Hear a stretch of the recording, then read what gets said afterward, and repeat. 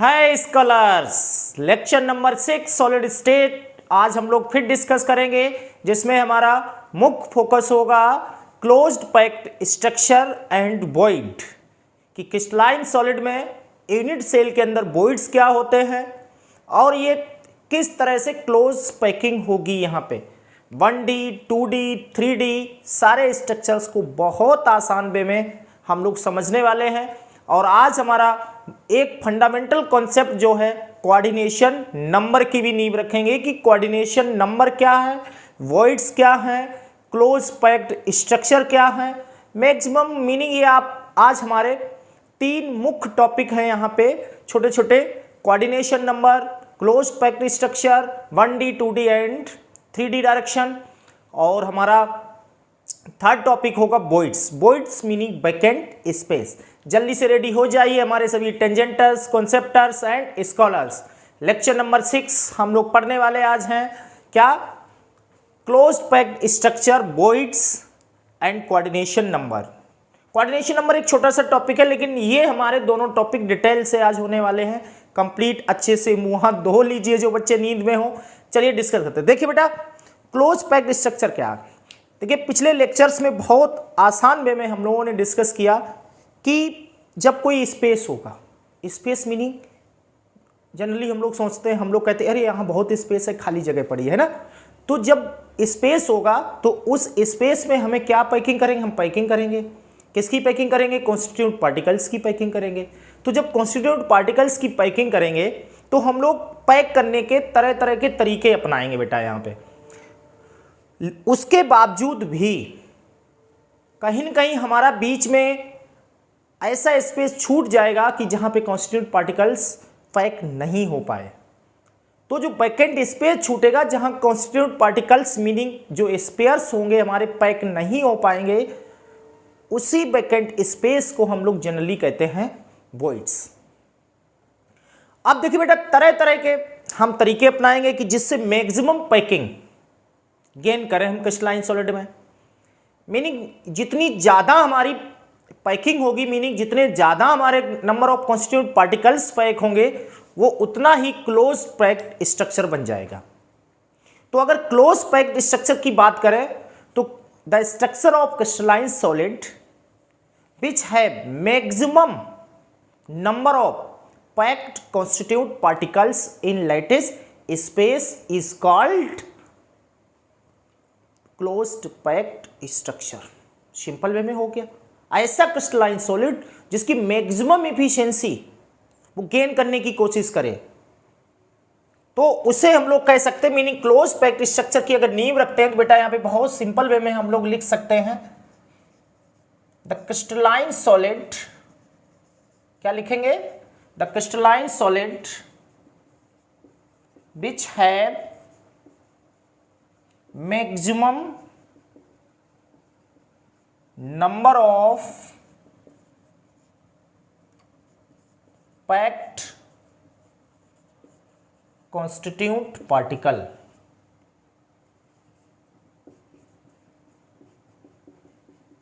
is called closed packed structure। Clear हो गया। The crystalline solid which have maximum number of packed constituent particles is called closed packed structure। देखिए बेटा, अगर यहीं पे दो एग्जांपल हम लोग लेते हैं, अगर जनरली वे में समझे जो अपना मिठाई का डब्बा है उसमें लड्डू की पैकिंग अगर देखें तो सबसे आसान होगी। इस तरह से पैकिंग हो गई है, करते चले जा रहे हैं हम लोग इस तरह से, इस तरह से एक के बाद एक जस्ट हमने नीचे यहां पे रखा, इस तरह से, इस तरह से ठीक एक जैसा, मीनिंग पैरेलल। एक लड्डू उसके बाद ठीक उसके नीचे 1 बाई 1 बाई हम लोग रख रहे हैं इस तरह से, ठीक है।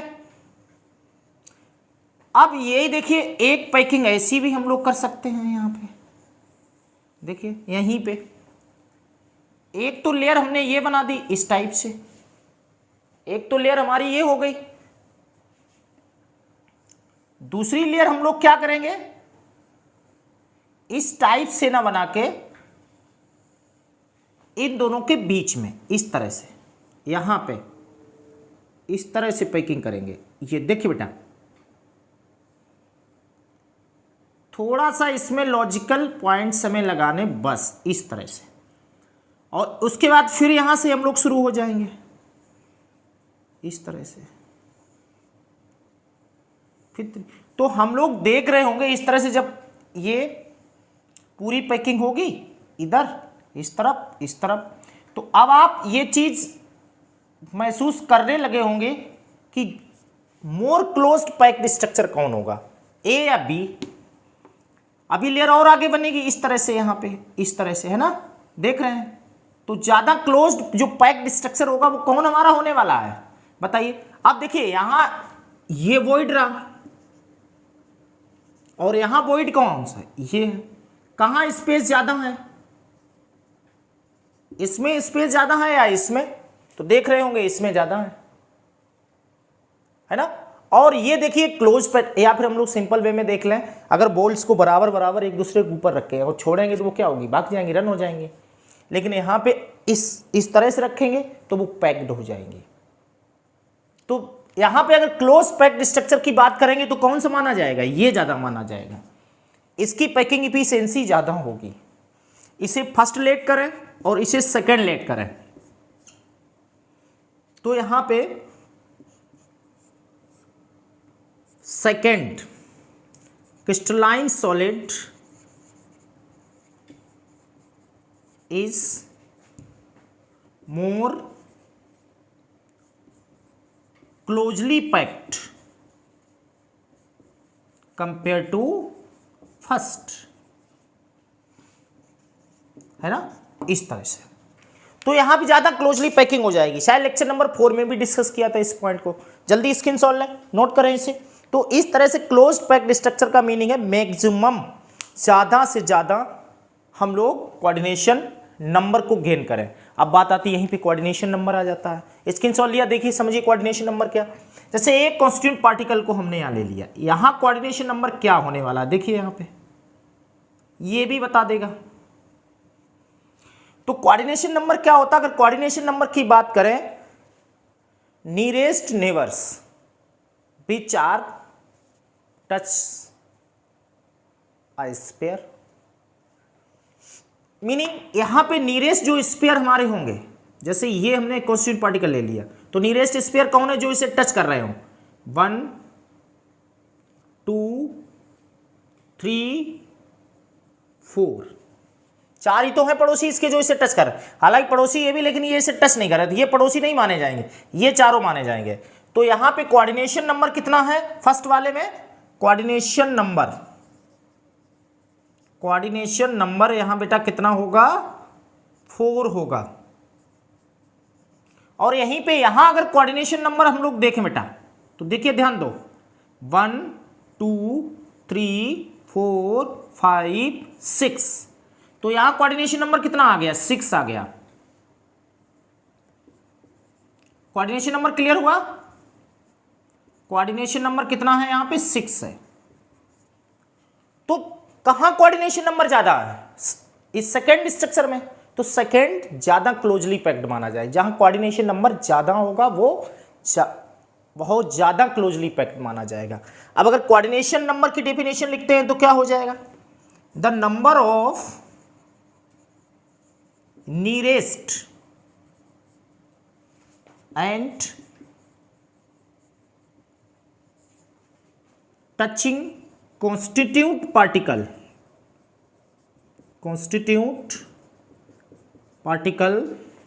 for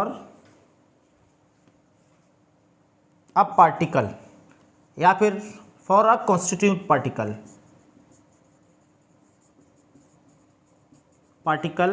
is called, क्या हो जाएगा, coordination number.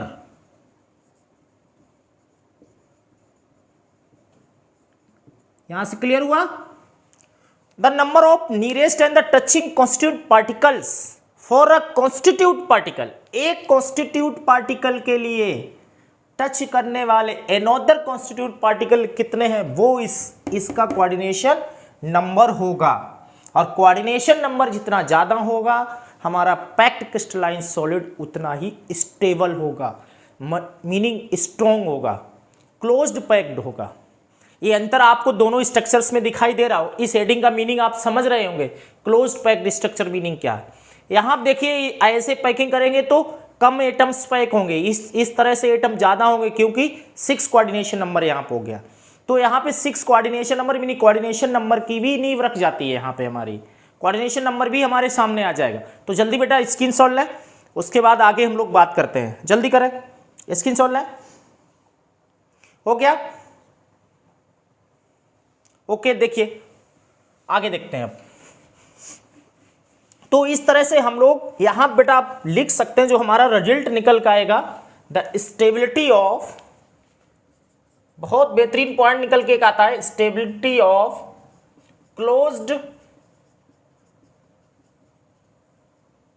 Closed packed structure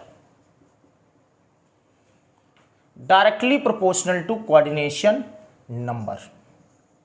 जितना ज्यादा कोऑर्डिनेशन नंबर होगा स्टेबिलिटी उसकी उतना ही ज्यादा हो जाएगी।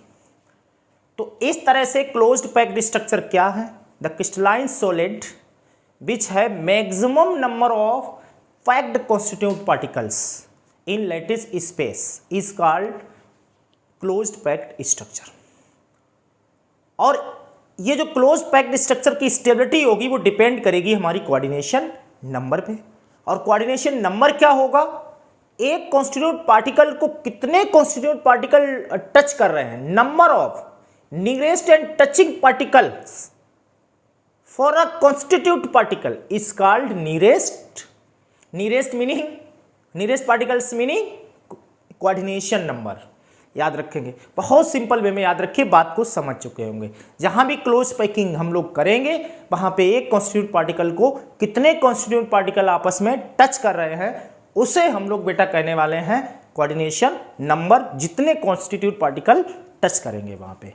क्लियर हो? और एक फाइनली निष्कर्ष फार्मूला हम लोगों ने निकाल लिया, stability of closed packed structure, इसका मीनिंग कोऑर्डिनेशन नंबर के डायरेक्टली प्रोपोर्शनल होनी चाहिए। ठीक है, अब हम लोग यहां पे क्लोज पैकिंग नोट कर लें इस पॉइंट को। तो इसके बाद अब हम लोग बात करेंगे पैकिंग इफिशिएंसी पे, कैसे क्लोज्ड पैक्ड स्ट्रक्चर होंगे। तो packing of constitute particles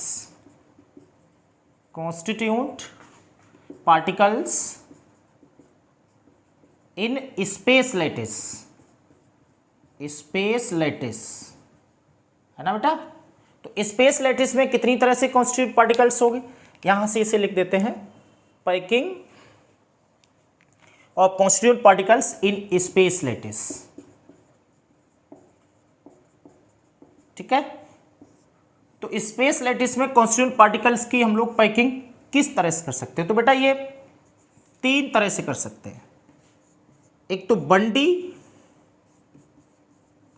close packing, one dimensional जिसे कहेंगे, और सेकेंड हो जाएगा, ये फर्स्ट है 2D क्लोज पैकिंग, 2 डायमेंशनल। और बेटा थर्ड होगा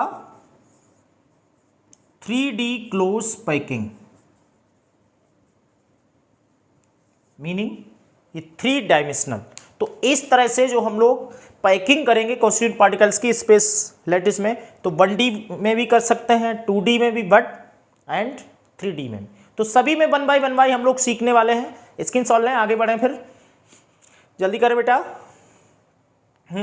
यस, तो देखिए अब आगे हम लोग बढ़ने वाले हैं। तो सबसे पहले बात करेंगे close packing in 1D meaning 1 dimensional. तो first point, close packing in 1 dimensional है ना बेटा, मीनिंग 1D। तो 1D मीनिंग जैसे यहां एक तरफ x ले लिया हमने, तो इस तरह से कॉन्स्टिट्यूएंट पार्टिकल से यहां पैक होंगे ओनली 1D डायरेक्शन। अगर पैक कर दें इस तरह से, देखिए y पे पैक कर दें तो ये हो जाएंगे, ये बहुत अनस्टेबल क्लोज पैकिंग होती है, ज़्यादा स्टेबल नहीं होगी ये यहाँ पे। इसी तरह से जेड पे भी हो सकती है, वाई पे हो गई, इसी तरह से जेड पे दिखा दें इस तरह से। तो मीनिंग ये जो क्लोज पैकिंग होगी बट ओनली वन डायरेक्शनल होगी, एक उसके रिस्पेक्ट में होगी जेड। तो यहाँ इसे वन डी हम लोग कह सकते हैं बेटा।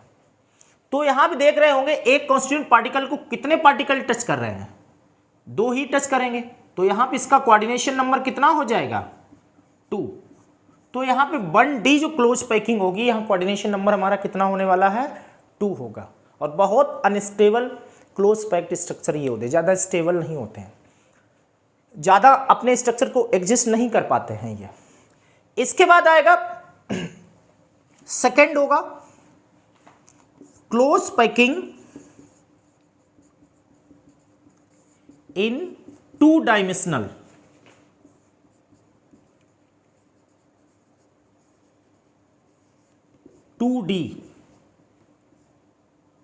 तो ये बेटा 2 तरह की होती है। कितने टाइप की होगी, 2 टाइप की होगी। एक होगी हमारी स्क्वायर प्लानर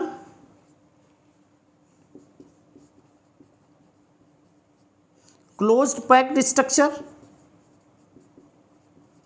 ये यहां से ये हमारी 3D की नींव रखी जाएगी बेटा यहां पे। एक तो ये होगा और दूसरा होगा हेक्सागोनल क्लोज पैकिंग। तो 2 टाइप की होगी। और शायद अभी जो बेटा हम लोगों ने स्ट्रक्चर इससे पहले समझे थे ना, जब क्लोज पैक्ड स्ट्रक्चर बनाए थे, वहां पे इन दोनों को ही हम लोगों ने बना दिया था। एक बार लड्डू एक दूसरे के ऊपर रखे थे, फिर वो बीच में रख दिए थे, तो इन दोनों के ही स्ट्रक्चर यहाँ पे होने वाले थे यहाँ पे। तो लगभग में इसे स्क्रीनशॉट लीजिए, फिर आगे हम लोग बढ़ते हैं, आगे देखेंगे, आगे चीज़ों को सीखेंगे। जल्दी करें बेटा। यस, हो गया, स्क्रीनशॉट ले ले। चलिए अब हम लोग एक एक करके यहाँ पे पैकिंग करेंगे। तो सबसे पहले करेंगे हम लोग किसकी, स्क्वायर क्लोज पैकिंग, या स्क्वायर प्लानर क्लोज पैकिंग भी कहते हैं, स्क्वायर प्लानर क्लोज पैकिंग। तो यहां पे अभी जो मिठाई का डब्बा याद आ गया होगा, अभी इससे पहले जो स्ट्रक्चर 2D में होगी, एक दूसरे के ऊपर इस तरह से सेम टू सेम लेयर यहां भी बना देंगे ऐसे ही, बिल्कुल एक जैसी लेयर बनेगी इस तरह से बेटा, इस तरह से। तो इसे 2D डायरेक्शन में हम लोग ए लेयर भी कह सकते हैं। 2D में इसे क्या हो जाए, जैसे ये भी ए लेयर है, अगली भी ए लेयर है, तीसरी भी ए लेयर है, इसी तरह चलती रहेंगी, एक जैसी ही तो लेयर है। तो इसी को 2D में ए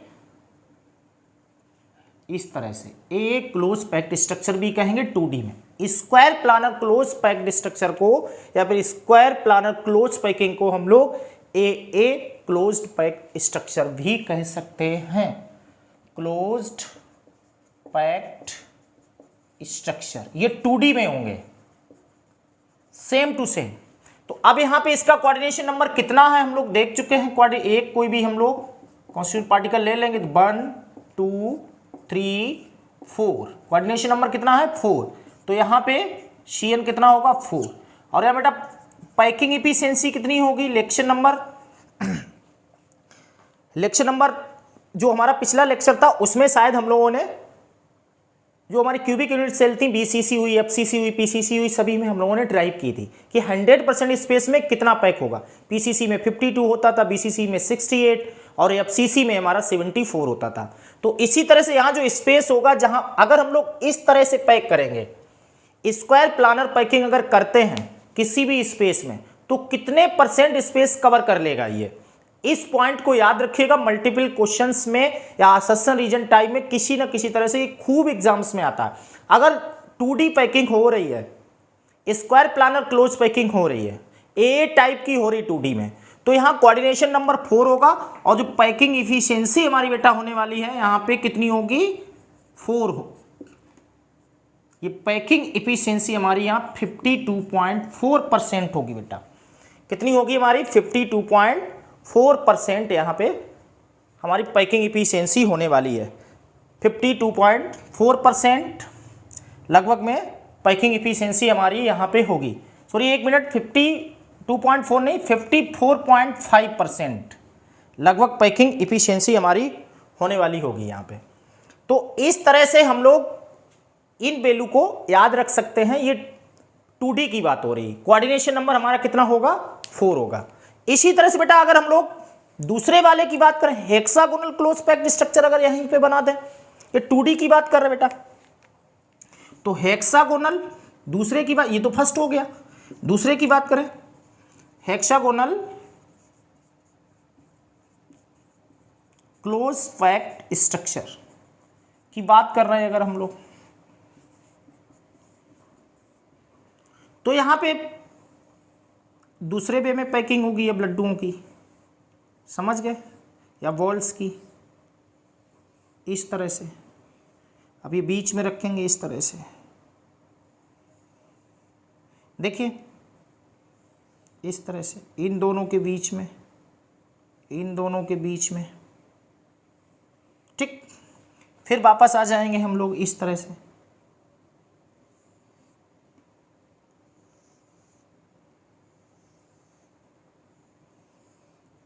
इस तरह से, ठीक है। और इसी तरह से फिर पैकिंग कर देंगे अब इनके बीच में, तो ये देखिए क्लोज पैकिंग भी हो जाएगी और हेक्सागोनल भी होगी। क्यों होगी? क्योंकि कोऑर्डिनेशन नंबर यहाँ पे 6 होगा बेटा और यहाँ पे 4 है। तो इस तरह से यहाँ पे कोई भी एक हम लोग कोऑर्डिनेशन नंबर इसके रिस्पेक्ट में निकाल लीजिए। 1 2 3 4 5 6 है ना, ज़्यादा हो गया। अरे ये भाग गए इधर, इधर क्यों भाग गए भाई हम लोग, यहाँ पे होगा 5 6। ओके, तो कोऑर्डिनेशन नंबर कितना 6, या फिर ऐसे हम लोग बना सकते हैं, यहाँ पे स्ट्रक्चर भी क्या बनेगा, हेक्सागोनल बनेगा इस टाइप से बेटा, ये हेक्सागोनल बनेगा। और यहाँ जो स्ट्रक्चर बनेगा वो स्क्वायर टाइप का बनेगा, देखिए इस तरह से ना, इस तरह से ये स्क्वायर बनेगा यहाँ पे, और यहाँ हेक्सागोनल बनेगा। तो कोऑर्डिनेशन नंबर कितना आया बेटा यहाँ पे 6, कोऑर्डिनेशन नंबर हमारा कितना आया 6। और यहाँ जो हमारी पैकिंग इफिशियंसी होगी वो लगभग कितनी होगी 60% होती है। लगभग यहाँ पे 54.5 लिख दिया, लगभग में अगर अप्रॉक्सीमेट पे हम लोग वैल्यू मानेंगे 54% लगभग यहाँ पे कहेंगे। और यहाँ जो पैकिंग इफिशियंसी होगी हेक्सागोनल, ये बेटा 2D की बात हो रही है, तो यहाँ पे ये होगी हमारी 60% के आसपास, या 60.5% भी कहीं कहीं लिखा होता है। तो ये वैल्यू हम लोगों को थोड़ी सी ध्यान रखनी है। तो यहाँ पे ये हमारी पैकिंग एफिशिएंसी लगभग 54, यहाँ लगभग 60% होगी। कोऑर्डिनेशन नंबर यहाँ 6 होगा और यहाँ कोऑर्डिनेशन नंबर 4 होगा। जल्दी से नोट कर ले, स्क्रीनशॉट ले। तो यहाँ से ये 2D में भी पैकिंग हम लोगों ने सीख ली है, यहाँ से इस तरह से। मैं हट गया, जल्दी स्क्रीनशॉट ले बेटा। चलिए आगे बढ़ते हैं, आगे चीज़ों को समझेंगे हम लोग, आगे देखते हैं। तो देखिए इसके बाद हो गया। अब हम लोग बात करेंगे क्लोज पैकिंग इन, देखिए अब अगर 3D की बात करते हैं तो बेटा पता है आपको 3D जल्दी समझ में नहीं आती है, लेकिन आसान भी बहुत होती है। थोड़ा सा अलग हटके यहाँ पे सोचना पड़ेगा। देखिए 1D बहुत आसान, 2D भी आसान। एक में लड्डू सीधे सीधे लगा दिए, दूसरे में बीच में फंसा दिए, उसमें स्क्वायर स्ट्रक्चर बन गया था, इसमें हेक्सागोनल बन गया। तो 1D 2D कंप्लीट। अब बात आती है 3D की। जब हम लोग 3D क्लोज पैक्ड स्ट्रक्चर करेंगे तो यहाँ पे थोड़ा सिस्टेमेटिक हम लोगों को रहना पड़ेगा, चीज़ों को समझना पड़ेगा अच्छे से। तो अब बहुत अच्छे से फोकस हम लोग 3D पे करेंगे, क्योंकि 3D से ही कई सारी चीज़ों की नींव पड़ेगी। जैसे वॉइड्स भी यहीं से निकालना सीखेंगे, वॉइड हैं क्या, ये टेट्राहेड्रल वॉइड क्या, ऑक्टाहेड्रल वॉइड क्या, सारी बातें यहाँ पे होने वाली हैं। तो बहुत अच्छे से सीखेंगे। अब हम लोग पैकिंग जो इफिशियंसी होगी वो 3D में करने वाले हैं, ये 3 डायमेंशनल होगी। तो ये बेटा हमारी ये 3 टाइप की होती है। यहाँ पे एक अगर नॉर्मली कहते हैं तो ये कहते हैं ए टाइप, क्या कहेंगे, ए टाइप क्लोज पैकिंग होती है हमारी। और अगर दूसरे की बात करते हैं तो ये बेटा ए बी टाइप की कहेंगे। और अगर यहीं पे तीसरे की बात कर देंगे तो ये A B C type close packing होगी। तीन तरह की यहां पे होगी, बहुत ध्यान से समझेंगे हम लोग। ये लगभग में ये दोनों एक ही है, थोड़ा सा अंतर होगा, 2D से ही नहीं पढ़ने वाली है। इसे बेटा शॉर्ट फॉर्म में तो हम SCP भी कैसे देते हैं, इसी पैकिंग को हम लोग हेक्सागोनल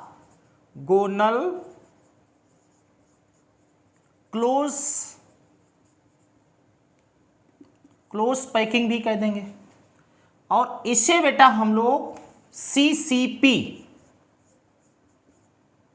इसे हेक्सागोनल क्लोज पैक्ड स्ट्रक्चर कह दें या फिर CCP कह दें। मीनिंग सॉरी CCP तो इधर होगा, हेक्सागोनल क्लोज्ड पैक्ड स्ट्रक्चर बनेगा यहाँ पे, या फिर हेक्सागोनल क्लोज पैकिंग होगी। यहाँ पे क्यूबिक क्लोज्ड पैक्ड स्ट्रक्चर बनेगा। और CCP को ही बेटा FCC भी कह सकते हैं हम लोग। इस तरह से हम लोगों ने क्लासिफाइड इसे कर लिया और इन्हें एक ही पार्ट में रखेंगे। और इसे बेटा स्क्वायर क्लोज्ड पैक्ड स्ट्रक्चर भी कह सकते हैं। देखिए यहां बहुत आसान है, कोई दिक्कत नहीं। क्लोज पैक्ड स्ट्रक्चर तो यहां पे 3D 2D में कर चुके, X एंड Y इस तरह से।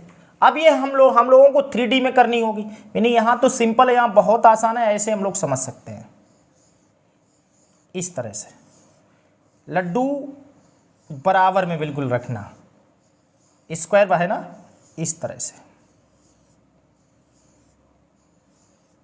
इस तरह से देख रहे हैं ना। तो एक तरफ तो हमारा ये X हो जाएगा अगर देखें इस तरह से, लेकिन लेयर्स ये एक जैसी, दूसरी तरफ Y भी कह सकते हैं, मतलब दो डायरेक्शन हो गई इस तरह से, स्क्वायर बनेगा ऐसे।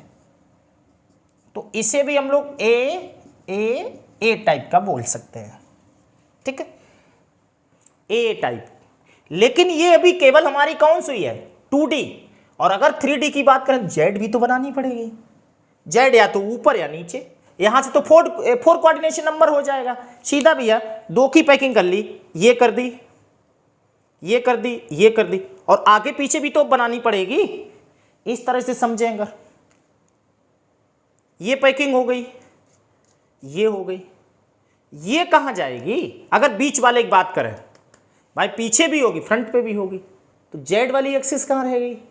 तो जेड वाली एक्सिस को ऐसे दिखा नहीं सकते हैं, तो हम लोग इस तरह से बेटा इसे छोटा करके दिखा सकते, जस्ट इसी के ऊपर आएंगे, ये समझ में आया, जस्ट इसी के ऊपर आ जाएंगे इस तरह से। नीचे वाले दिखा नहीं जा सकते, ऊपर वाले हमने ऐसे दिखा दिए। तो इस तरह से जैसे इस वाली बीच वाली लेयर को अगर हम लोग बेटा लेट कर लें तो ये पीछे और ये आगे, तो 2 कोऑर्डिनेशन नंबर और बढ़ गया, और 4 तो पहले ही से था, 2 और बढ़ गया आगे पीछे से। तो यहां कोऑर्डिनेशन नंबर कितना हो गया हमारा 6 हो गया। वेरी सिंपल, समझ में आ गया होगा आपको।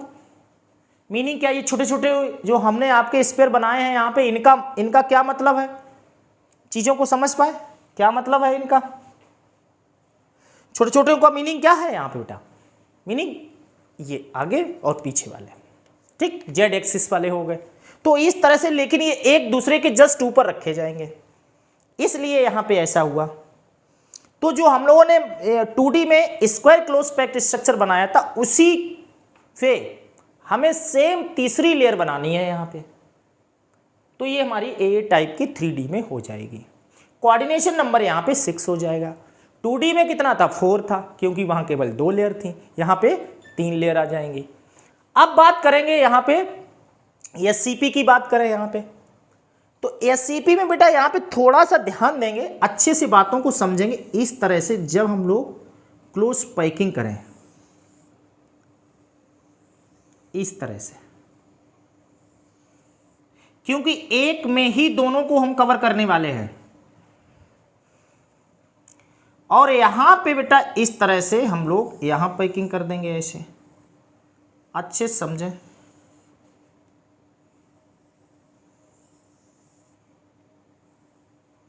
इस तरह से, ठीक है। अगला जब करेंगे तो इसके नीचे तो यहाँ बना दीजिए। सबसे अच्छा बनाने का तरीका ये वाला किनारे वाला बना दीजिए पहले, और किनारे वाला इधर भी बना दीजिए इस तरह से, ठीक है।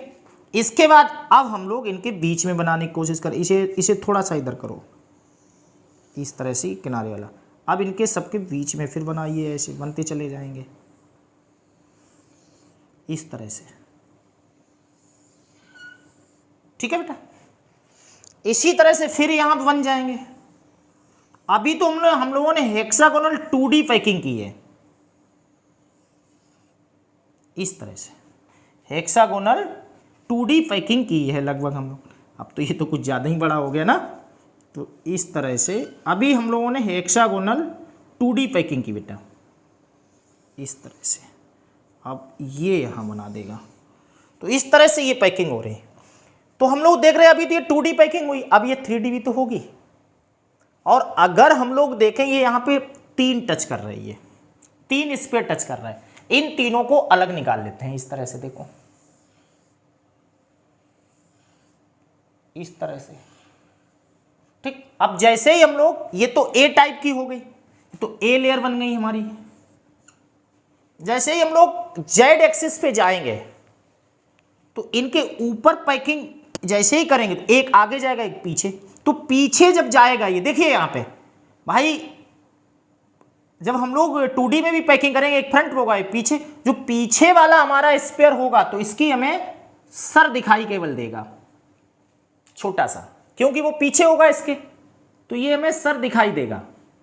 और ये वॉइड बनेगा जो जब 4 स्पेयर आपस में एक दूसरे को टच करेंगे इस तरह से, लेकिन पीछे वाला दिखाया नहीं जा सकता, तो इसलिए इसे डॉटेड से ऐसे दिखा देंगे इस तरह से। और जो स्पेयर बीच में खाली जगह रह जाएगी, और उस खाली जगह से पीछे वाले स्पेयर की हमें केवल सर दिखाई देगा बेटा। बात को समझने की कोशिश करो, पीछे होगा ना इसके एक ले, तो वो उसका केवल हमें सर दिखाई देगा और ये स्पेयर होगा। तो इस स्पेयर को हम लोग कहेंगे टेट्राहेड्रल वॉइड। 4 स्पेयर से जो बनेगा टेट्राहेड्रल वॉइड, क्लियर हुआ।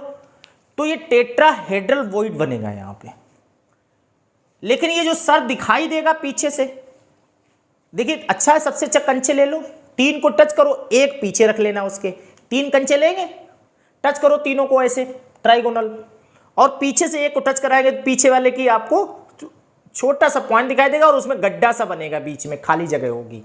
तो जो खाली जगह है गड्ढा सा बनेगा कंचों में, उसी को टेट्राहेड्रल वॉइड कहेंगे। यहाँ पे क्या कहेंगे बेटा? टेट्राहेड्रल वॉइड, या फिर टेट्राहेड्रल साइट। वॉइड को साइट भी कहते हैं, या साइट भी बोल सकते हैं उसे, ठीक। तो यहां से अब देखो ये तो सर आ गया समझ में, बन गया, चलिए कोई बन नहीं, इस तरह से, तो इसे आपने टेट्राहेड्रल वॉइड कह दिया। अब बात जब आएगी, अब हम इस टेट्राहेड्रल वॉइड को कवर करेंगे। जब टेट्राहेड्रल वॉइड को कवर करेंगे तो यहां पे एक नई लेयर आ जाएगी, तो वो अब हो जाएगी बी। तो अब टेट्राहेड्रल वॉइड को जब हम लोग ये कवर करेंगे तो ये स्थिति आएगी, देखिए यहां से इस तरह से टेट्राहेड्रल वॉइड कवर करो, इस तरह से टेट्राहेड्रल वॉइड हम लोग कवर करेंगे, तो जिससे एक नई लेयर बनेगी हमारी, ठीक है। आगे अब तो ये तो टेट्राहेड्रल वॉइड बना नहीं रहा, नहीं कुछ हिस्सा इसने कवर कर लिया, ये वाला होगा तो इसे कवर करेंगे ऐसे इस तरह से, तो इसे कवर करिए इस तरह से, इसे कवर करेंगे। आगे फिर टेट्राहेड्रल वॉइड आएगा तो ये इसका कुछ हिस्सा ही है, तो इसे कवर करेंगे इस तरह से। तो हम लोग टेट्राहेड्रल वॉइड्स को ऐसे कवर करेंगे। जब टेट्राहेड्रल वॉइड्स को कवर कर रहे हैं तो एक नई टाइप की लेयर बन जाएगी जिसे बी कहेंगे। जब एससीपी का मीनिंग क्या है, आप हेक्सागोनल पैक कर लीजिए पहले, उसके बाद जैसे टेट्राहेड्रल वॉइड को कवर करेंगे तो ये एससीपी बन जाएगी। बाई कवरिंग लिख सकते हैं यहां पे, बाई कवरिंग टेट्राहेड्रल वॉइड्स। ठीक बेटा, इसी तरह से आगे जब हम लोग बढ़ेंगे तो थोड़ा सा जब इसने हिस्सा लिया तो ये भी घेरेगा यहाँ पे इसका वॉइड का, तो एक वॉइड देख रहे होंगे इसका हिस्सा जा रहा होगा, ये थोड़ा ये ले जा रहा होगा, ये तो यहाँ पे स्पेस कम रह जाएगा। और ये टेट्राहेड्रल वॉइड जो ये हम लोग कवर कर रहे हैं, ये तो सारे टी हो गए हमारे, टेट्राहेड्रल वॉइड हो गए ये। लेकिन ये साथ में एक वॉइड को छोटा कर रहे होंगे, ये हमारा ऑक्टाहेड्रल वॉइड हो गया बेटा। क्या हो जाएगा? Octahedral void. तो ये कवरिंग के समय ये जो एरिया कवर होगी ये ऑक्टाहेड्रल वॉइड्स बनेंगे हमारे। इसी तरह से जब इसे हम लोग कवर करेंगे आगे वाले को, ये इस तरह से टेट्राहेड्रल वॉइड को, ये देखिए ये ऑक्टाहेड्रल बनेगा, ऑक्टाहेड्रल। तो टेट्राहेड्रल को जब कवर करेंगे उसकी वजह से बनेगा ऑक्टाहेड्रल वॉइड। और हम लोग देख रहे होंगे ऑक्टाहेड्रल वॉइड में जगह कम रह जाएगी, स्पेस कम रह जाएगा। इस तरह से ऑक्टाहेड्रल को 3 तो पहले से टच कर रहे थे, ऑक्टाहेड्रल वॉइड को 3 ऊपर से टच करेंगे। तो जो ऑक्टाहेड्रल वॉइड बनने वाला है हमारा, किस टाइप का बनने वाला है यहाँ पे देख लेते हैं। इस तरफ बनाते हैं ऑक्टाहेड्रल वॉइड, कैसे बनेगा? इस तरह से ऑक्टाहेड्रल वॉइड बनेगा। ये टेट्राहेड्रल तो ये बनेगा, ऑक्टाहेड्रल इस तरह से बनने वाला है। देखिए जब टेट्राहेड्रल को कवर करें तो एक स्पेयर ये आया, एक इधर से आया, एक इधर से आया, तो ये जगह रहेगी। मीनिंग इस तरह से, ये इस तरह से। तो इसे कितने टच करेंगे? 6 टच करेंगे यहाँ पे, इस तरह से बनेगा, ये इस तरह से बनने वाला है। तो ये जो वॉइड बनेगा यहाँ पे, मीनिंग क्या हो गया? 6 स्पेयर की वजह से वॉइड बनेगा, उसे ऑक्टाहेड्रल वॉइड कहेंगे। क्या बोला जाएगा बेटा? इसे ऑक्टाहेड्रल वॉइड। तो यहाँ ऑक्टाहेड्रल वॉइड करें, मीनिंग जब हम लोगों ने एससीपी पैकिंग की थी तो उसके बाद जो टेट्राहेड्रल वॉइड बने थे उसे जैसे ही कवर किया एक नई लेयर से, तो हमारे ऑक्टाहेड्रल वॉइड्स बन जाते हैं। अब हम इन ऑक्टाहेड्रल वॉइड्स को कवर करेंगे एक नई लेयर से। जितने भी ऑक्टाहेड्रल वॉइड्स बनेंगे तो एक नई लेयर से कवर करेंगे, तो वो सी हो जाएगी। तो ये कौन सी बन जाएगी? हमारी ABC। तो ये कब होगी? ये कब पैकिंग बन जाएगी? बाई, ये पैकिंग कब हो जाएगी हमारी? मानी बाई कवरिंग, बहुत सिंपल वे में रखिए यार, बाई कवरिंग ऑक्टाहेड्रल वॉइड। तो इस तरह से सबसे पहले तो हेक्सा देखिए, स्क्वायर वाली तो यहां हो गई थी। अब जब हम इन दोनों की बात करें हेक्सागोनल पैकिंग की, जिसमें टेट्राहेड्रल वॉइड बना, 4 एटम आपस में टच किए, जैसे टेट्राहेड्रल को कवर किया तो उससे फिर ऑक्टाहेड्रल वॉइड किया, बन गया। तो ऑक्टाहेड्रल वॉइड को कवर करेंगे तो एक नई लेयर फिर लेनी पड़ी सी, तो ABC हो गई। तो अब सिंपल वर्ड्स में याद अगर रखें, बातें समझ में आ गई होंगी कि 3D में हेक्सागोनल क्लोज पैकिंग कब बनी? जब हमने टेट्राहेड्रल वॉइड्स को कवर किया। क्लियर? अब बात आती CCP क्लोज पैकिंग कब हुई? जब हमने ऑक्टाहेड्रल को कवर किया। अगर टेट्राहेड्रल को कवर करेंगे तभी तो ऑक्टाहेड्रल वॉइड बने। जब ऑक्टाहेड्रल वॉइड बन गए टेट्राहेड्रल वॉइड की कवरिंग की वजह से, तो उन्हें भी अब कवर करना पड़ेगा। तो उन्हें कवर करने के लिए एक हमें नई लेयर बनानी पड़ी, और जो नई लेयर बनानी पड़ी उसी को हम लोगों ने बेटा क्या कहा? टेट्राहेड्रल। इस तरह से टेट्राहेड्रल वॉइड बने, इस तरह से ऑक्टाहेड्रल वॉइड बने। जल्दी से एक बार कॉपी पे प्रैक्टिस सभी कीजिएगा, अपने आप स्क्रीनशॉट ले लीजिए, फिर भी अपने आप प्रैक्टिस कीजिए, टेट्राहेड्रल और ऑक्टाहेड्रल वॉइड्स बनाइएगा, कोशिश करिएगा एक बार।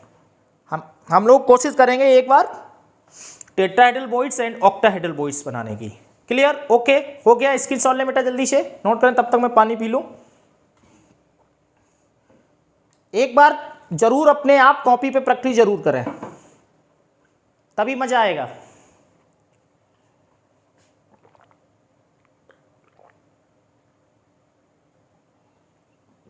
कंप्लीट। और साथ में कंचे लेके अगर प्रैक्टिस करें तो फिर तो और भी मजा आ जाएगा, है ना? हाँ, यस। देखिए आगे, तो इस तरह से 2 टाइप के वॉइड हम लोगों ने बना लिए यहाँ पे, tetrahedral void and octahedral void. तो अगर हम लोग बात करते हैं यहाँ पे, कई सारे निष्कर्ष निकल के आएंगे, बहुत अच्छे अच्छे निष्कर्ष निकल के आएंगे, उन बातों को अच्छे से बेटा समझिए। तो अगर हम लोग 3D में बात करें, टेट्राहेड्रल वॉइड ओनली कहाँ होते हैं? टेट्राहेड्रल वॉइड्स कब होंगे? ASCP इन 3D hexagonal close packed structure में टेट्राहेड्रल वॉइड मिलते हैं अगर 3D होगा। और अगर बेटा बात करते हैं ऑक्टाहेड्रल वॉइड्स की, ऑक्टाहेड्रल वॉइड्स तो ये सीसीपी में तो ऑक्टाहेड्रल भी मिलते हैं और टेट्राहेड्रल भी होते हैं इस तरह से। और यहां पे जैसे ही हम लोग टेट्राहेड्रल वॉइड को कवर किए थे तो ऑक्टाहेड्रल वॉइड्स बने, और ऑक्टाहेड्रल वॉइड को कवर किया तो उससे हमारा क्या बन गई थी? सीसीपी बन गई थी। तो कहीं न कहीं अगर अब बात आएगी तो इस तरह से इन 3D क्लोज पैकिंग में वॉइड्स बनते हैं। तो अब किसी यूनिट सेल के अंदर अगर वॉइड्स पूछ दिए जाए कि एफसीसी में कितने वॉइड्स होंगे, सीसीपी में कितने होंगे, या बीसीसी में कितने होंगे, इस तरह से अगर आता, उसके लिए हम लोग बात क्या करने वाले, अगर हम लोग काउंट भी करेंगे तो हम लोग 1:2 का रेशियो पाने वाले हैं। मीनिंग ऑक्टाहेड्रल एंड टेट्राहेड्रल में 1:2 का रेशियो होगा हमेशा। स्ट्रक्चर बनाते समय भी हम लोगों ने देखा था टेट्राहेड्रल लगभग 2 टाइम्स होते थे ऑक्टाहेड्रल से। तो number of tetrahedral voids in closed packed structure, formula लिख सकते हैं बहुत आसानी से, लिख लीजिए, बहुत जरूरी पॉइंट 2n। और number of octahedral voids in closed packed structure, अगर निकालने को आते हैं क्या लिखेंगे यहां पे? n। बहुत अच्छे से ध्यान रखें। और n क्या होगा? नंबर ऑफ या रैंक ऑफ यूनिट सेल,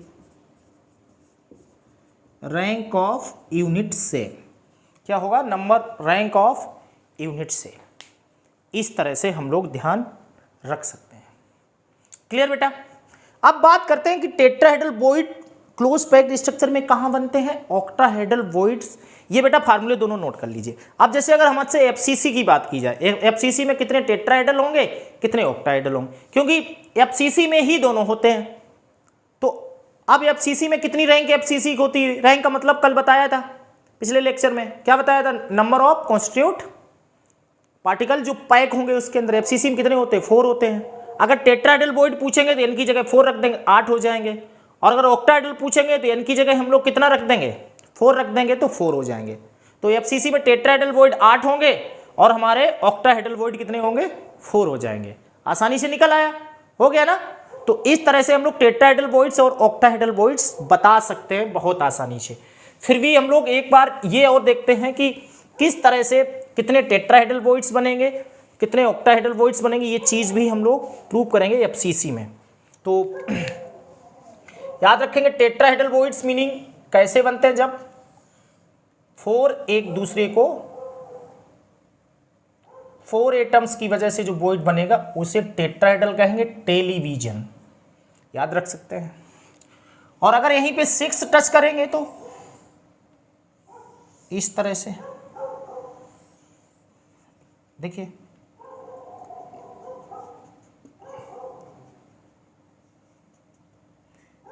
इस तरह से, तो ये वैकेंट स्पेस में जो बनेगा इसे ऑक्टाहेड्रल वॉइड कहेंगे। ओलिविजन इसे कह सकते हैं, टेलीविजन, ओलिविजन, याद रहेंगे।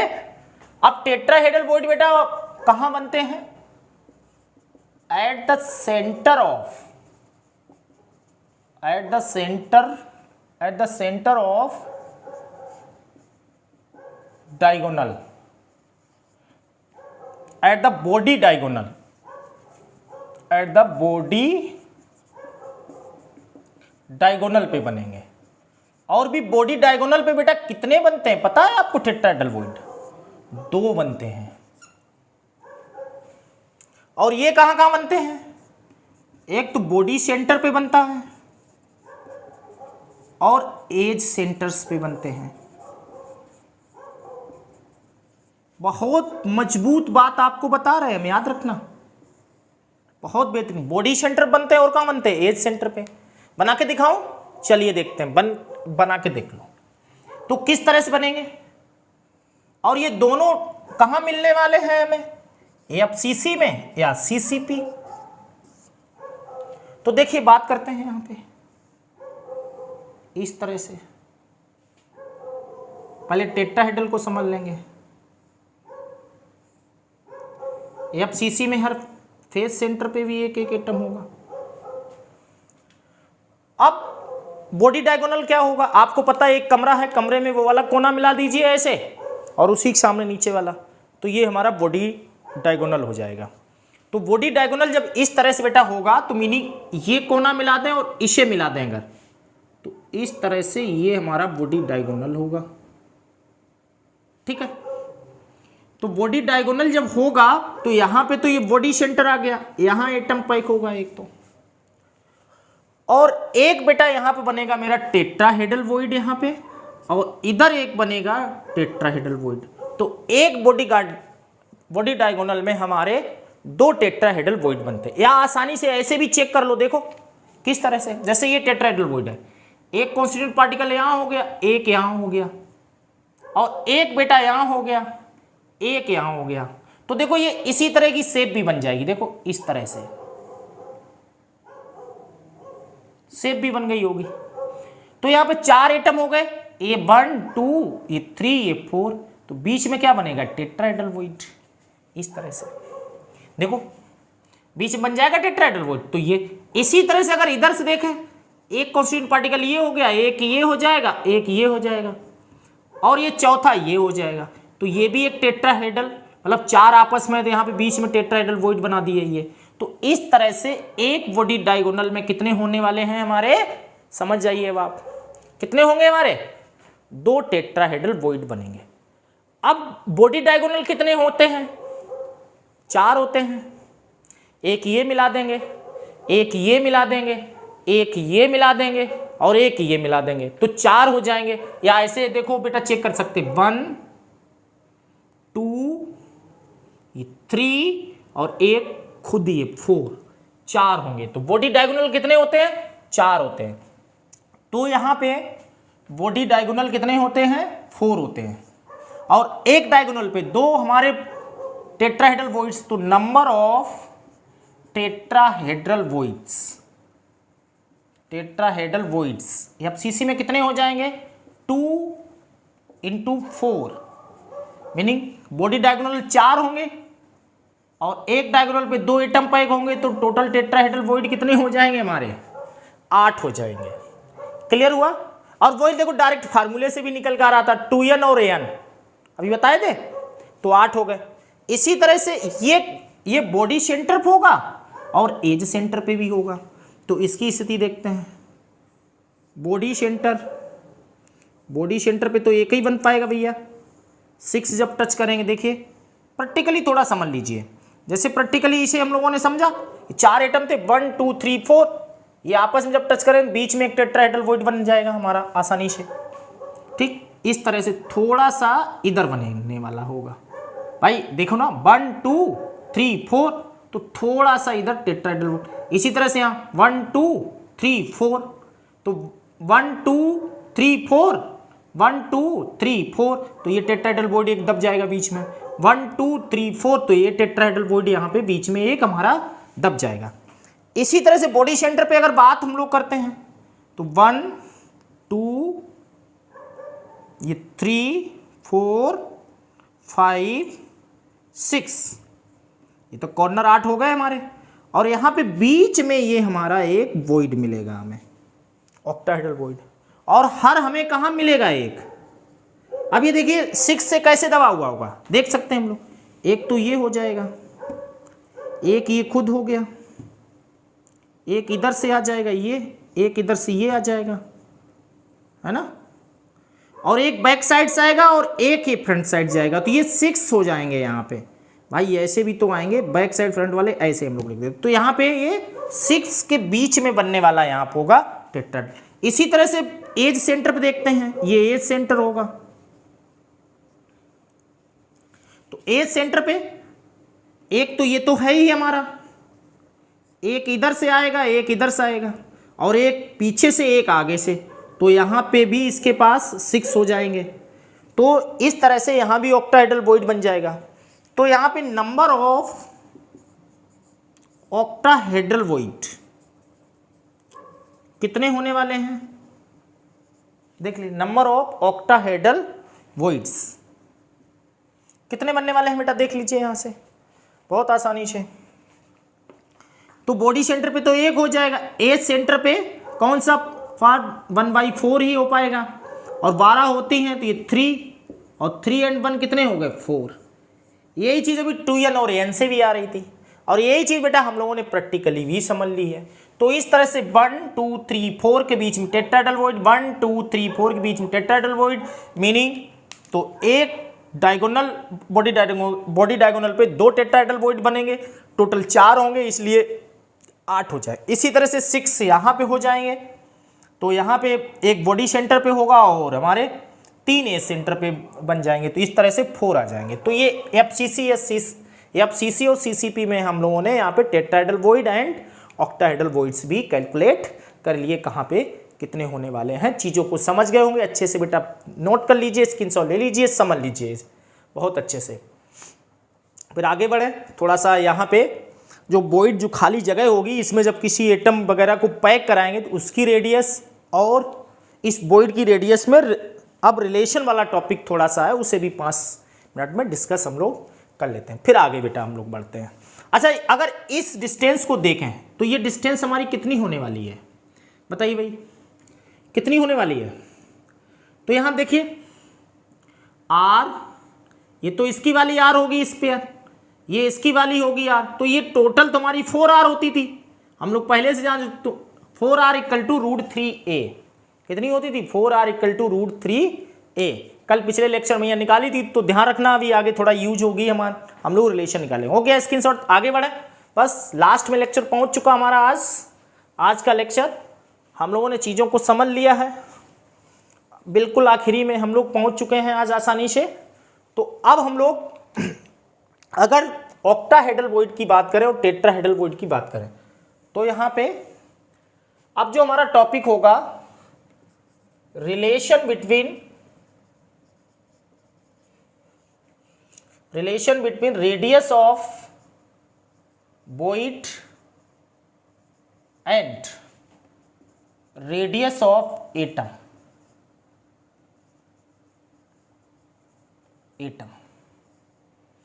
ठीक, दोनों में रिलेशन ड्राइव करेंगे। तो एक तरफ ऑक्टाहेड्रल वॉइड लेते हैं, ऑक्टाहेड्रल वॉइड, और एक तरफ बेटा हम लोग लेंगे टेट्राहेड्रल वॉइड। देखिए, तो ऑक्टाहेड्रल वॉइड में 6 एटम एक दूसरे को इस तरह से टच करेंगे, इस तरह से,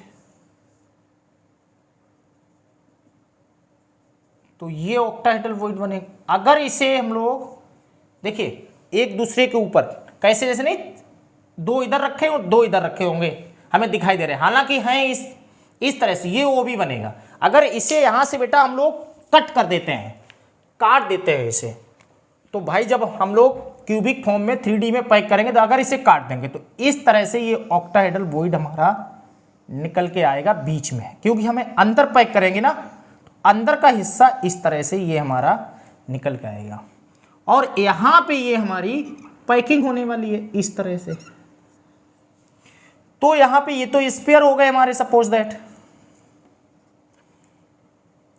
ये स्पेयर हो गए हमारे, और ये इस तरह से डायगोनल मिला दें अगर हम लोग, ये लेंथ तो हमारी ए हो जाएगी, ए बी सी, और यहां पे इसकी रेडियस को हमने, जो स्पेयर की रेडियस इसे आर लेट कर लिया, और इसकी रेडियस को हमने स्मॉल आर लेट कर लिया। ठीक बेटा, तो यहां से अगर हम लोग ए बी की बात करें, ए बी = अगर निकालते हैं तो कितना आएगा, एज लेंथ को हमने ए लेट किया, और यहां से ये भी आर होगा, ये भी आर होगा, क्योंकि दोनों स्पेयर की रेडियस हैं, तो हमने जो हमारा वॉइड है उसकी रेडियस को स्मॉल आर लेट कर लिया। तो r + r यहां हो जाएगा = a, तो 2r इक्वल टू कितना हो जाएगा हमारा बेटा यहाँ पे a, तो r equal to a/2, equation number first इसे लिख सकते हैं। अब अगर यहाँ पे हम लोग पाइथागोरस थ्योरम यहाँ पे अप्लाई कर रहे हैं, इसमें ओवरऑल अप्लाई अगर हम लोग कर देते हैं तो यहाँ कितना आएगा AC square equal to AB square ये प्लस BC स्क्वायर हो जाएगा। देखिए ध्यान से, तो AC इक्वल टू बेटा कितना आ जाएगा यहां से देखो, तो यहां A स्क्वायर आ जाएगा, A स्क्वायर आ जाएगा, तो ये 2A स्क्वायर हो जाएगा क्योंकि A और BC ये होगी, तो AC स्क्वायर इक्वल टू, तो AC अगर हम लोग यहां से निकालते हैं, टेट्राहेड्रल वॉइड को बाद में निकाल लेंगे, पहले हम लोग ऑक्टाहेड्रल को ही कैलकुलेट कर लेते हैं। तो यहां से AC इक्वल टू कितना आ जाएगा देख लीजिए √2a, तो ये हमारा कितना आ चुका है √2a, और AC इक्वल टू क्या रख सकते हैं बेटा हम लोग देखो, R रेडियस हो गई इसकी, R इसकी छोटे की, फिर एक R हो जाए क्योंकि इसकी दोनों रेडियस आ जाए, और एक R इधर से आ जाएगा। तो AC इक्वल टू हम लोग बेटा रख सकते हैं, AC इक्वल टू आ गया 2R प्लस 2R, इस तरह से। तो ये ओवरऑल बेटा में हमारा कितना आ जाएगा देख लीजिए, AC equal to 2R plus R, ये वैल्यू हम लोग यहां पर रख देते हैं इसके पास, तो 2R plus R equal to कितना आ जाएगा √2a, है ना, और √2a, तो 2R plus R equal to यहां से इस a/2, a/2 की जगह कितना आ सकता है R, देखो from equation first R equal to कितना आ जाएगा हमारा a/r इक्वल टू a/2, तो यहां रख सकते हैं, तो R plus R equal to कितना बेटा आ जाएगा √2R, तो R को इधर ले आएंगे तो कितना आ जाएगा R plus R/R equal to √2, इसे 1 प्लस R/R इक्वल टू इसकी वैल्यू रख देंगे 1.414, 1 इधर जाएगा माइनस हो जाएगा, तो R इक्वल टू कितना आ जाएगा 0.414R। ये रिलेशन हम लोगों ने ड्राइव बेटा किस किस के बीच में, radius of octahedral void and atom, radius की, एटम की रेडियस एंड ऑक्टाहेड्रल वॉइड की रेडियस के बीच में हम लोगों ने रिलेशन निकाल लिया 0.44। जल्दी करें, स्क्रीनशॉट लें जल्दी से। तो इस तरह से ये रिलेशन हमारा आसानी से यहाँ पे आ गया है, हम लोगों ने आसानी से ड्राइव कर लिया। ओके, स्क्रीनशॉट लें जल्दी। इसी तरह से टेट्राहेड्रल वॉइड में निकालेंगे R इक्वल टू 0.414। ओके, चलिए अब हम लोग बात करेंगे टेट्राहेड्रल वॉइड की रेडियस और स्फीयर में अंतर। लास्ट टॉपिक इस लेक्चर का है। देखिए आज का टॉपिक जो थोड़ा सा हल्का सा लेंथी था, तो चीज़ों को अच्छे से समझ के अच्छे से प्रैक्टिस करें। तो अब टेट्राहेड्रल वॉइड की रेडियस के लिए हम लोग बात करने वाले हैं, ठीक है। तो इस तरह से पहले टेट्राहेड्रल वॉइड बनाते हैं, इस तरह से, ठीक है। तो किस तरह से यहाँ पे पैकिंग होने वाली है, इस चीज को हम लोग समझ लें अच्छे से पहले, तो बेटा बहुत अच्छे से मजा आने वाला है। देखिए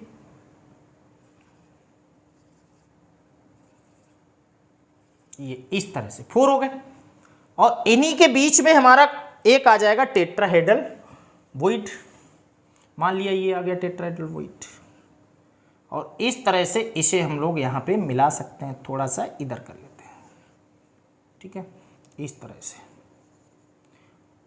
है ना, इस तरह से मिला दिया ये हमने इसे बहुत आसानी से। ये वाला स्पेयर ना लेके थोड़ा सा गड़बड़ हुआ है, हल्का सा, यहाँ से ये स्पेयर देखो इस तरह से, यहाँ से इस स्पेयर को जब हम लोग देखेंगे तो इस तरह से इसे मिलाएंगे, इस तरह से थोड़ा सा इधर करेंगे, इस तरह से, तो ये यहाँ पे, और इसी तरह से इसे बेटा ये जो हमारी लेंथ है इसे इधर मिला दीजिए, तो ये ए बी सी। अब यहाँ पे ए बी कितना, ये वॉइड हो गया हमारा चारों स्फीयर के बीच में। ये हमारा ए बी कितना यहां से आ जाएगा, देखो आपको पता a square root 2a, Pythagoras apply कर देंगे। ए ये होगा, लेंथ ए है ना, तो ए ये हो गया, ए ये हो गया, तो यहां से A B square equal to A square plus A square हो जाएगा। इसे इक्वेशन फर्स्ट लिख सकते हैं। अब यहाँ पे ए सी स्क्वायर इक्वल टू कितना लिख सकते हैं, देखो यहां से, तो ये हमारा आ जाएगा A B square plus B C square. अब बेटा ओवरऑल अगर हम लोग देखें यहां पे, तो ए बी कितना हमारी होगा, 2r होगा। देखो ये एक स्क्वायर ये आपस में एक दूसरे को टच करेंगे, तो 2r equal to root 2a, या फिर r इक्वल टू, इसे अभी हम लोग इक्वेशन नंबर फर्स्ट इसे दे देंगे, ठीक है। तो ए सी स्क्वायर इक्वल टू जब हम लोग रखेंगे यहाँ पे, ए स्क्वायर जगह कितना आ जाएगा, देख लो यहाँ पे अभी हम लोग निकाल रहे हैं, ए बी स्क्वायर जगह 2a स्क्वायर हो जाएगा, यहाँ ए स्क्वायर हो जाएगा, ए सी स्क्वायर इक्वल टू इतना आ जाए। अब ए सी जगह देखो बेटा आर, ए सी जगह क्या लिख सकते हैं हम लोग बहुत आसानी से, तो पहले तो ए सी इक्वल टू आ जाएगा ये रूट 3a। अब इसकी जगह लिख देंगे 2r plus 2r root 3a, तो r plus r equal to कितना आ जाएगा, root 3a upon 2, equation number ये सेकंड आ जाएगा। अब देखो बेटा यहीं से अब हम लोग यहीं से लिख सकते a अपॉन 2 इक्वल टू कितना आ जाएगा, यहां से 2 को इधर कर दें, रूट 2 को इधर कर दीजिए और 2 को इधर कर दीजिए, तो ये यहां से हमारा आ जाएगा from equation first a by 2 equal to कितना आने वाला है, रूट r अपॉन रूट 2, ये वैल्यू यहां रख दीजिए, equation r plus r equal to रख देंगे, root 3 into r upon root 2। Clear हो गया। अब बेटा यहां से r को इधर ले आएंगे, तो ये कितना आ जाएगा हमारा, देख लो, ठीक है। तो r plus r upon r equal to ये आ जाएगा रूट 3 अपॉन रूट 2। अब ये एक एक के अपॉन में कर देंगे, तो r, तो यहां तो 1 आ जाएगा, 1 plus r upon r equal to कितना आ जाएगा, रूट ये 3 अपॉन रूट 2, तो r upon capital R equal to root 3 upon root 2 minus 1, तो यहाँ एलसीएम लेंगे, ये वैल्यू आ जाएगा root 3 minus root 2 upon root 2। इन सबकी बेटा वैल्यू रख देंगे, r upon r equal to 1.732 minus 1.414 upon 1.414, तो r इक्वल टू आ जाएगा 0.225 r। सॉल्व कर लेंगे इसे, तो ये हमारा आ गया हम टेट्राहेड्रल वॉइड के लिए रिलेशन। तो इस तरह से दोनों के लिए हम लोगों ने रिलेशन भी निकाल दिया, tetrahedral void, octahedral void. Screen shot ले लें, नोट कर लें, एक बार अपने आप भी प्रैक्टिस कर लें सभी बच्चे। तो ये रिलेशन बिल्कुल ध्यान रखेंगे दोनों के लिए हम लोग अच्छे से, टेट्राहेड्रल ऑक्टाहेड्रल वॉइड्स को। ओवर हुआ लेक्चर, और अच्छे से नोट्स बना लें, जैसे डेली बाय डेली बनाते चले आएँ, और आगे हम लोग एक बढ़िया से लेक्चर के साथ मुलाकात करेंगे लेक्चर नंबर 7 में। तब तक के लिए इसी तरह से पढ़ते रहे, अच्छे से इस लेक्चर पे प्रैक्टिस कर लें घर पे। थोड़ा सा लेंथी लेक्चर था, 1 से 2 बार देख के कायदे से चीज़ों को समझ लें सभी स्कॉलर्स। तब तक के लिए गुड बाय।